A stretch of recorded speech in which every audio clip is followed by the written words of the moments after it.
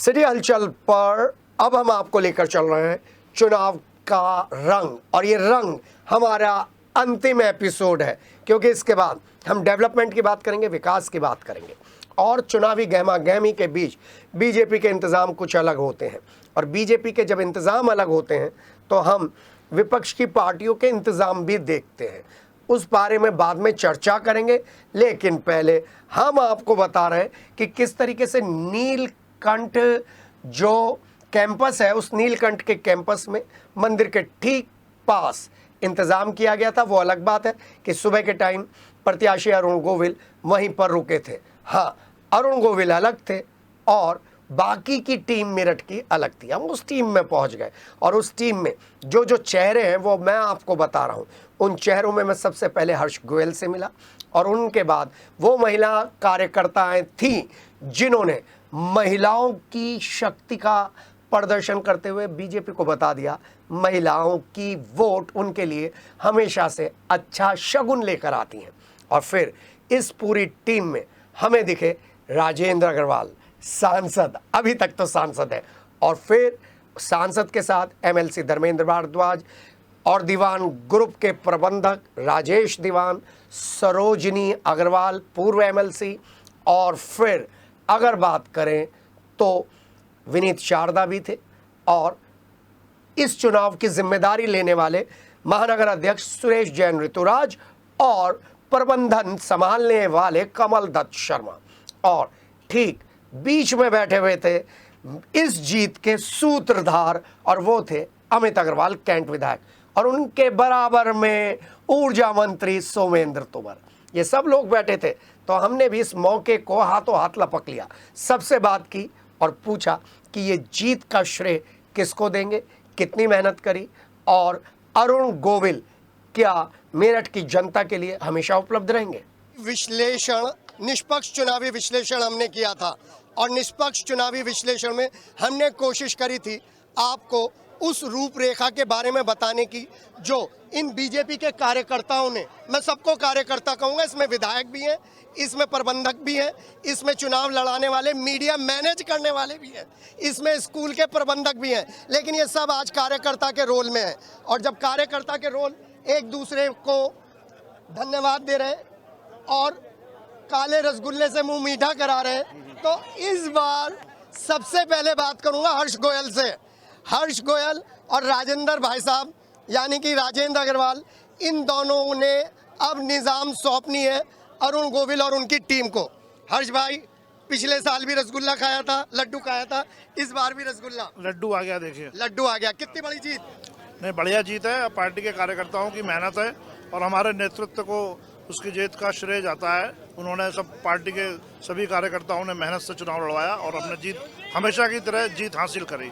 जी हाँ, अब चल रहा हूँ आधी आबादी के पास, मातृ शक्ति के पास, क्योंकि ये चुनाव, जितने भी चुनाव विश्लेषक थे उन सब ने एक ही बात कही थी कि इस चुनाव की जो रूपरेखा तैयार की जाएगी वो रूपरेखा तैयार की जाएगी महिलाओं की शक्ति के साथ, क्योंकि अनडाउटली मेरठ में जहां जहां पर अरुण गोविल पहुंचे वहां पर मातृशक्ति आरती का थाल लेकर, फूल लेकर, मिठाई लेकर, रोली और तिलक लेकर पहुंची थी। तो सबसे पहले इन सब लोगों को संजय दिखाओ। इन सब की वजह से आज एक बार फिर बीजेपी चौथी बार मेरठ में इस पोजीशन में है।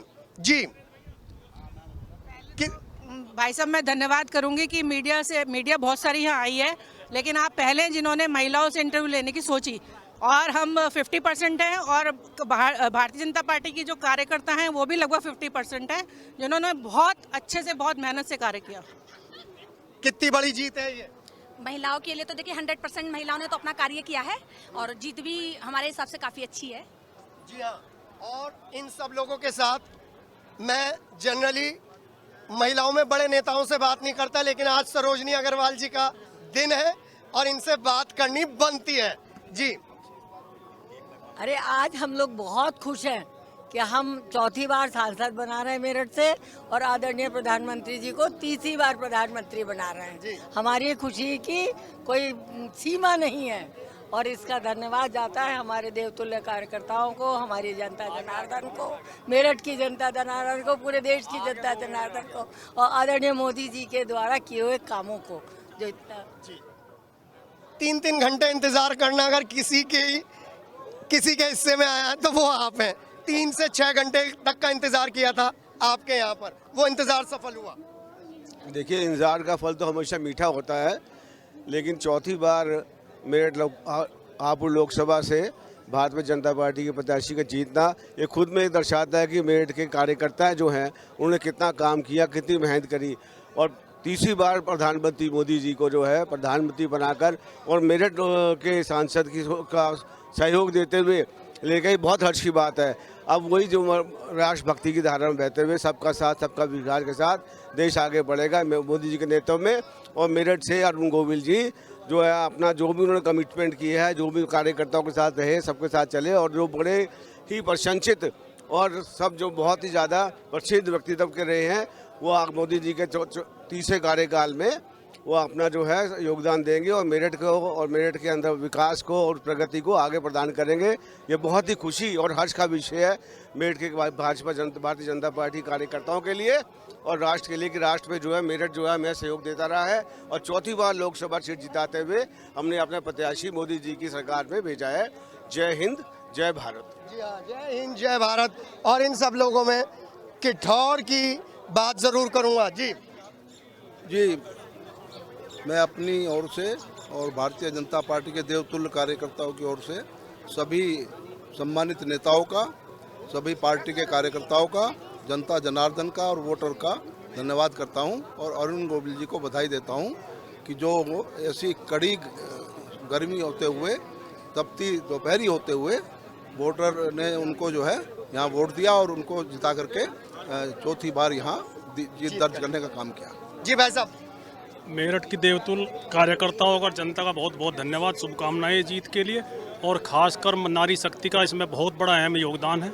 नारी शक्ति ने इसमें बहुत बढ़ चढ़ कर हिस्सा लिया, इसके लिए मैंने उसके धन्यवाद की पात्र है। जी हाँ, अब ये सब लोग वो लोग हैं जिनके ऊपर जिम्मेदारी थी और सबसे पहले मीडिया मैनेजर के नाम से जो सबसे ज़्यादा डरते थे धर्मेंद्र भारद्वाज, उन्हीं से बात करूंगा क्योंकि मीडिया को पल पल की खबर पहुंचानी, अपडेट करनी, चीज़ों को पाइपलाइन में डालना वैसे तो बीजेपी की कल्चर में शामिल है, लेकिन जब एक नया व्यक्ति आता है तो उससे पूछा जाता है कि कितनी बड़ी चुनौती थी और कितने सफल हुए। सबसे पहले तो मैं देश की जनता का धन्यवाद करूंगा और उनका वंदन भी करूंगा कि तीसरी बार यशस्वी प्रधानमंत्री मोदी जी को प्रधानमंत्री बनाने के लिए जनादेश दिया है और जिन्होंने यशस्वी नेतृत्व इस देश का किया 10 साल, तो उसी को देखते हुए तीसरी बार प्रधानमंत्री बनाने के लिए उन्होंने जो जनादेश दिया उसके लिए मैं कोटि कोटि नमन करता हूं। और जहां तक इस सीट की बात है तो 3 बार पहले हमारी जनता ने 3 बार यशस्वी राजेंद्र अग्रवाल जी को एमपी बनाया है और जिस तरीके से काम किए गए 3 बार लगातार एमपी रहते हुए, तो जब चौथी बार प्रत्याशी आए तो उसी चीज़ को देखते हुए उधर हमारे यशस्वी मुख्यमंत्री जी, देश का प्रतिनिधित्व कर रहे यशस्वी प्रधानमंत्री जी और जिस तरीके से प्रत्याशी जो राम के किरदार के रूप में रहे 1987 में, उनको उसी तरीके का प्यार और दुलार यहाँ पर मिला और जिस तरीके से संगठित होकर हमारे संगठन ने काम किया और एक साथ संगठन ने काम किया, उसी के साथ साथ तालमेल मिलाते हुए जनप्रतिनिधियों ने काम किया। एक सूत्र में रह करके काम करने का जो नतीजा है वो इस चीज़ का नतीजा है कि संगठन और जनप्रतिनिधि ने एक ही सूत्र में काम किया, तो हमारी जीत सुनिश्चित थी। पहले दिन से हम अनडाउटफुल थे और वो जीत आज हमारे सामने प्रत्यक्ष रूप से थोड़ी देर में सर्टिफिकेट मिलने जा रहा है। तो मैं मेरठ की जनता का भी आभार व्यक्त करता हूँ, संगठन का आभार व्यक्त करता हूँ, सभी जनप्रतिनिधियों ने एक साथ मिलकर काम किया उनका भी आभार व्यक्त करता हूँ। जी, हरिकांत अहलूवालिया जी से बात करूंगा। आपके काम पे मोहर लगा दी मेरठ की जनता ने। हाँ, वाकई। जी हाँ, ब्रह्मपुरी में जा रहे हैं, भूमिया के पुल पे जा रहे हैं, इधर उधर जा रहे हैं, शिकायतों को देख रहे हैं और अगर ये चुनाव हार जाते तो फिर बड़ी मुश्किल होती। देखिए, ये तो बिल्कुल तय था कि ये सीट भारतीय जनता पार्टी बराबर पहले भी 3 बार जीती है और इस बार ये तय था कि ये सीट भारतीय जनता पार्टी जीतेगी, बिल्कुल जीतेगी। मगर जो एक उम्मीद थी उस पर ज़रा सा थोड़ा सा प्रभाव ज़रूर पड़ा है, मगर मैं समझता हूँ कि जीत तो जीत है और आने वाले समय में भारतीय जनता पार्टी का कार्यकर्ता और इस पर विचार करेगा कि ये क्या वजह रही, क्यों ऐसा हुआ। मगर जीत हमारी जीत है और हम ये चुनाव लगभग डिक्लेयर ही हो चुका है। आप भी सबके भी जानकारी में कि चुनाव जीत गए, तो इसमें भारतीय जनता पार्टी का जो कार्यकर्ता था उसने पूरे रात दिन अपनी पूरी मेहनत की, और क्योंकि इस सीट पर पूरे भारतवर्ष की निगाह थी तो इस सीट अब जीत गए। जी नवीन भाई, पर्यटन को यहाँ पर अब बढ़ावा मिलेगा अरुण गोविल के आने से? जी बिल्कुल मिलेगा। अरुण गोविल जी यहाँ मेरठ में ही रहेंगे और विकास करेंगे। बाद में हमारे सारे जितने जनप्रतिनिधि आपके होटल में आए एक आध बार? बिल्कुल आए, एक बार आए, अच्छा, अब दोबारा बुलाएंगे उन्हें। विनीत भाई, बस मोदी मोदी कर दो, आपसे और कुछ नहीं पूछना, जो मोदी मोदी करते हो आप। देखिए, यह जीत भाजपा की जीत है। अरुण गोविल जी के साथ साथ मेरठ की 30 लाख जनता की जीत है, भाजपा के कार्यकर्ताओं की जीत है। सबसे बड़ी जीत, भारत में तीसरी बार लगातार विश्व के सबसे बड़े राजनेता भारत के प्रधानमंत्री नरेंद्र मोदी जी तीसरा प्रधानमंत्री बनने जा रहे हैं, एनडीए सरकार बना रहा है। मैं समझता हूँ इससे बड़ी जीत नहीं हो सकती। इस जीत के लिए उत्तर प्रदेश के सभी व्यापारियों को मेरी ओर से आभार और धन्यवाद। मोदी मोदी तो कर दो। मोदी के अलावा कुछ नहीं है, तो कर दो एक मोदी तो है ही। बोलो वो एक बार। हाँ, नमो नमो नमो नमो नमो नमो नमो नमो नमो नमो नमो नमो नमो नमो नमो नमो नमो नमो। इसलिए ही पैटर्न बदला है बीजेपी का यूपी में, क्योंकि आप मोदी से नमो पे आ गए, इसलिए ये कम हुई है। नहीं, मैंने पहले भी कमल कहा था, आज भी नमो। और मोदी हमारे नेता हैं और मोदी विश्व के नेता हैं। भारतीय जनता पार्टी के कार्यकर्ताओं के कन कन में बसने वाले मोदी हैं। मोदी तीसरी बार देश के प्रधानमंत्री बनने जा रहे हैं, तो ये भारत के मान सम्मान को मैं समझता हूँ मोदी जी ने बढ़ाया है। सबका साथ, सबका विकास, सबके विश्वास को लेकर। और समाजवादी पार्टी की जो उत्तर प्रदेश वो जीती, वो लंगड़े घोड़े की जीत है। ये लंगड़ा घोड़ा समाजवादी पार्टी का ज़्यादा दिन नहीं चल पाएगा। घोड़ा जब चलता है शेर की गिरधारता, मोदी शेर थे। हम आपकी बात क्यों सुने जब आपने मोदी मोदी नहीं कहा तो। कमल भाई, सबसे ज्यादा आप और सुरेश जैन ऋतुराज के ऊपर जिम्मेदारी थी, धर्मेंद्र भारद्वाज के ऊपर जिम्मेदारी थी, तो आते ही उन्हें आप औगरनाथ ले गए, फिर काली पलटन ले गए, और अब ये जीत है। कैसे देख रहे हैं? अब फिर लेके जाएंगे औगरनाथ आज जी। तो ऐसा है, दिल धक धक हो रहा था पूरे चुनाव में। बिल्कुल था। और देखिए, आज हमारी जीत हुई है और जीत में थोड़ा मार्जिन हमारा कम रहा है, लेकिन इस सीट को हम 2,32,000 से भी जीते हैं, 4700 से भी जीते हैं, 50,000 48,000 वोटों से भी इस सीट को जीते हैं। लगातार चौथी बार हम इस सीट को। टाइम कम मिला आपको? हाँ, लेकिन जो भी मिला ये सिर्फ पूरी जनता की जीत है। और देखिए, जिन्होंने वोट दिया उनके लिए भी जीत है, और जिन्होंने नहीं दिया उनके भी सांसद आदरणीय अरुण गोविल जी हैं।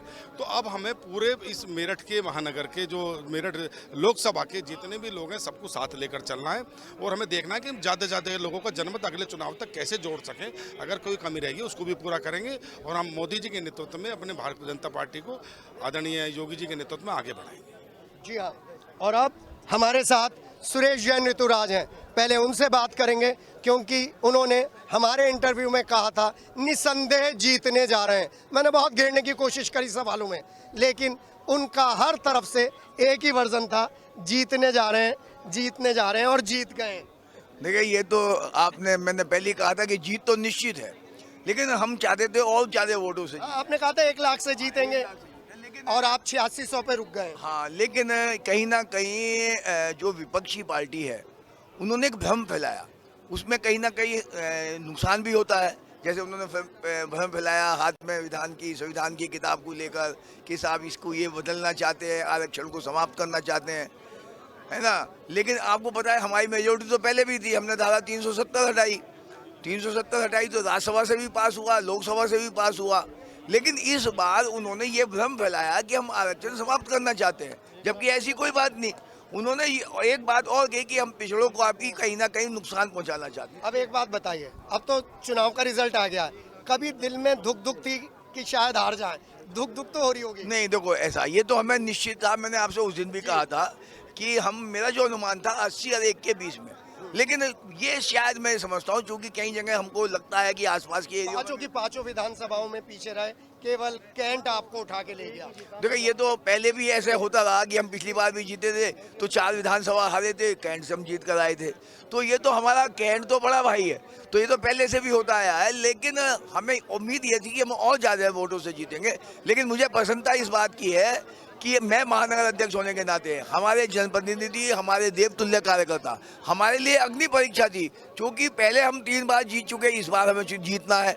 इसके अतिरिक्त जो रामायण के सीरियल के हमारे महानायक राम के रूप में जिन्होंने जीवंत एक भूमिका का निर्वाह किया, उनकी जीत हो, ये भी हमारे लिए बड़ी परीक्षा की बात थी। और यहाँ का कार्यकर्ता हम उसमें सफल हुए, तो इस नाते हमें और ज़्यादा प्रसन्नता है। जी हाँ। और अब ऊर्जा राज्य मंत्री मैं दिखा रहा हूँ, देख लीजिए, ऊर्जा राज्य मंत्री हमारे सामने। सब लोग ऊर्जा राज्य मंत्री को आजकल ढूंढ रहे हैं, लेकिन हमारे तो फ़ोन पे अवेलेबल रहते हैं। हम जो प्रश्न पूछते हैं उस पर भी बताते हैं।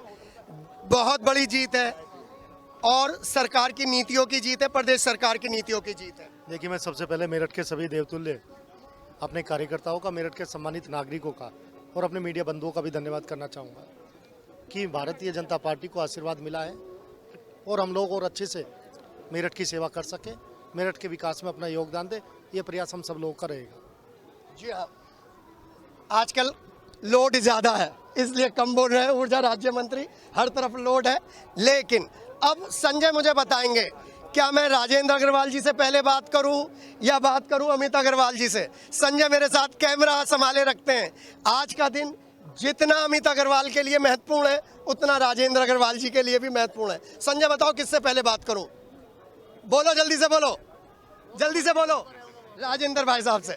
बड़े जी सर, आप 15 साल तक सफ़ेद कुर्ते को बिना दाग के लेकर यहाँ तक आए और अब अपनी धाती सौंपने जा रहे हैं राम का किरदार निभाने वाले अरुण गोविल जी को। भावुक तो सभी लोग हैं, जीत भी है, क्या कहेंगे अरुण गोविल जी को? बहुत बधाई उनको, बहुत शुभकामनाएं। और मेरठ ने उनको पूरा प्यार दिया है, आदर दिया है, आशीर्वाद दिया है, वो उसको संजो करके रखें और हम सब लोग मिलकर के उनके नेतृत्व में मेरठ की जनता की भरपूर सेवा करेंगे। जी, चुनाव टफ लग रहा था, अपना टाइम याद आ गया 2019? नहीं, टफ तो था ही। मेरठ के अंदर चुनाव या कोई भी चुनाव एक चुनौती होता है, एक प्रकार का युद्ध शब्द ठीक तो नहीं है, लेकिन उसी प्रकार का विषय रहता है। रणक्षेत्र तो होता ही है ये, तो चुनाव हमेशा गंभीर होता है। और लेकिन इसको हमने 50,000 से भी जीता, 2,32,000 से भी जीता, फिर पिछली बार ये मार्जिन 4700 का केवल रह गया, इस बार हमने फिर इसको जीता है। कुल मिलाकर के 4 बार मेरठ की जनता ने हमको निरंतर आशीर्वाद दिया है। जनता को बहुत प्रणाम है, कार्यकर्ताओं के परिश्रम का अभिनंदन है। और जैसा मैंने कहा, अरुण गोविल जी जो हमारे नए सांसद हैं, उनको बहुत बहुत बधाई है। निश्चित रूप से संसद में वो अपनी एक अभूतपूर्व भूमिका निर्वाह करेंगे और उनके नेतृत्व में मेरठ दिनों दिन और भी प्रगति के मार्ग पर आगे बढ़ेगा। सर बहुत बहुत शुभकामनाएं, आपके साथ बहुत अच्छा समय बिताया, संसद से जब भी आते थे जा नहीं रहा हूँ मैं, सांसद ही तो नहीं हूँ। 2 दिन तक तो भी हूँ सांसद, वैसे मैं सांसद ही तो नहीं रहूंगा, बाकी मैं यही हूँ। आप कभी भी आइए, लेकिन यादों के झरोकों में झांकना तो गर्म चाय आपको बराबर मिलेगी। जी हाँ, चाय से शुरू हुई थी ये पार्टी 2014 में और राजेंद्र अग्रवाल जी ने भी चाय पे ही आके रोक दिया।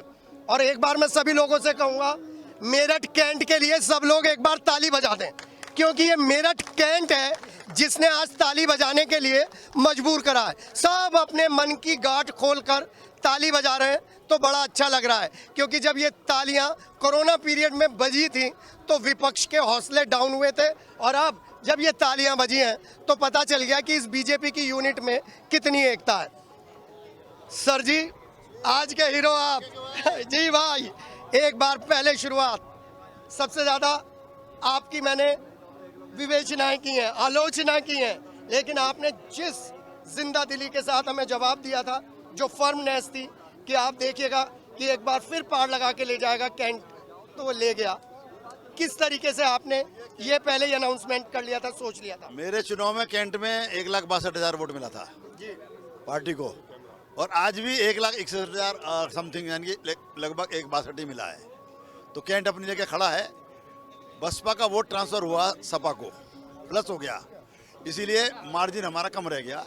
हमारा मार्जिन 96,000 समथिंग का है, जो मार्जिन 1,18,000 का था, वही लगभग 22-23 हज़ार वोट ट्रांसफ़र हुआ है बसपा का। हम अपनी मेहनत में कहीं पीछे नहीं है, और मेहनत तो देखिए पांचों विधानसभा के कार्यकर्ताओं ने की है। पांचों विधानसभाओं के कार्यकर्ताओं को मैं धन्यवाद दूंगा, जनता जनार्दन का भी धन्यवाद दूंगा। जनता जनार्दन ने बड़े लेकिन लो वोटिंग के बाद नैया पार कर गई आपके कैंट में लो वोटिंग नहीं हुआ। कैंट में पिछली बार 2,42,000 वोट पड़ा था, इस बार 2,45,000 से ऊपर वोट पड़ा, तो कहाँ कम पड़ा, 3,000 वोट ज़्यादा पड़ा। अब आपकी जिम्मेदारी कैंट के प्रति और ज़्यादा बढ़ गई है, क्योंकि बरसात आ रही है, बिजली की समस्या है। कैंट तो दोनों एक ही साथ जाते हो आप लखनऊ? हाँ बिल्कुल एक साथ हैं, विधानसभा भी लगी है हमारी, वो कोई समस्या नहीं है हमें बिजली की। अब कैंट की प्रॉपर्टी भी इधर उधर ट्रांसफर होनी है, तो जिम्मेदारी नहीं होनी है। कैंट की प्रॉपर्टी नगर निगम में आनी है, वही इधर उधर कहीं नहीं जानी है। हाँ ट्रांसफर होनी है। हाँ निश्चित रूप से होगी, जनता का जिम्मेदारी और बढ़ी है। हाँ जिम्मेदारी बढ़ेगी। मेरी तो विधानसभा में इतनी की इतनी रहनी है, लेकिन नगर निगम की महापौर जी बैठे हैं, इनकी जिम्मेदारी बढ़ेगी। 72,000 जनसंख्या वहाँ की है, वो उसकी जिम्मेदारी इनकी बढ़ जाएगी। क्या कहेंगे कैंट के लोगों को? कैंट के लोगों को नहीं, मैं पूरे लोकसभा, आज तो कैंट का दिन है, आज कैंट का दिन है। कैंट के लोगों को भी, कार्यकर्ताओं को भी और जनता जनार्दन को भी मैं बहुत बहुत धन्यवाद देना चाहूँगा। उनका मैं बहुत बहुत उनको नमस्कार करता हूँ, दंडवत प्रणाम करता हूँ कि उन्होंने हमारी मेहनत के साथ दिया है और विजयी बनाया है, और वो रिकॉर्ड कायम रखा है उन्होंने अपना। इसी तरह से उनका आशीर्वाद पार्टी को और मुझे मिलता रहेगा, ऐसी मैं कामना करता हूँ। जी सर चलिए देखिए, ऊपर वाले का निज़ाम देखिए। मैं एंडिंग आपसे ही करना चाह रहा था, शुरुआत हर्ष भाई से, एंडिंग आपसे। लीजिए आ गया मौका। मैं जो है कैंट का तो हमेशा अद्भुत योगदान रहा है। हमारे अमरपाल जी जब चुनाव लड़ते थे तो भी कई बार चारों विधानसभा से हम लोग विजय प्राप्त नहीं कर पाते थे, कैंट के आधार पर जीतते थे। पिछली बार का भी जो 2019 का चुनाव था उसके अंदर भी यही स्थिति थी, इस बार भी यही स्थिति हुई है। लेकिन मेहनत तो हमारी चारों विधानसभा में होती है, बराबर हुई है। एक सेकंड, बहुत भयंकर मेहनत हुई है, कठोर मेहनत हुई है। हमारे लिए सोचने का विषय ये है, जिस पर हम जरूर सोचेंगे कि मेहनत के पश्चात भी वहाँ पर उस प्रकार का मार्जिन हम क्यों नहीं निकाल पाते हैं। कुछ वर्ग विशेष की कुछ जिद है, उसके बीच में मन में पूर्वाग्रह हैं, वो कैसे समाप्त हों। हम तो सबका साथ, सबका विकास के ईमानदारी से पर चलने वाले कार्यकर्ता हैं, हमारी पार्टी है। माननीय मोदी के नेतृत्व हमने यही किया है, कोई फर्क नहीं किया। लेकिन तो भी हमारा परिश्रम उनके दिल को क्यों नहीं छूता है। अगले वर्षों में हम इस और प्रयास करेंगे, और हमें उम्मीद है कि अगली बार हम पांचों विधानसभाओं से चुनाव जीतेंगे, और कैंट उस हमारे मार्जिन को और अधिक बढ़ा करके बड़ी जीत प्रदान करेगा। जी हाँ, अब क्योंकि मार्गदर्शक मंडल में शामिल हो गए हैं राजेंद्र अग्रवाल जी, तो मार्गदर्शक मंडल में इसी तरीके से नए युवाओं को बताने की कोशिश है कि उन 4 विधानसभाओं का दिल जीतने की कोशिश करिए जिसने आपको नंबर 1 पर पहुंचाने के लिए थोड़ा सा पीछे कर दिया था। मैं बार बार जब भी बीजेपी के कार्यकर्ता, ये सब लोग मेरी आँख नाक और कान है, यही लोग मुझे बताते थे कि 5,000 से जीतेंगे, 1 लाख से हारेंगे। वो थोड़ा सा 3600 प्लस हो गया है, लेकिन 10,000 यानी कि 5 डिजिट में नहीं पहुंचा, लेकिन जीत तो जीत है, और जो जीता वही सिकंदर।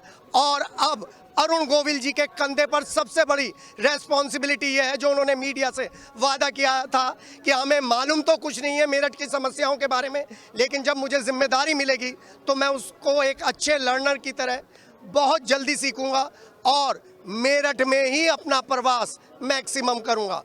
देखना है उनकी ये बात कितनी सच होती है।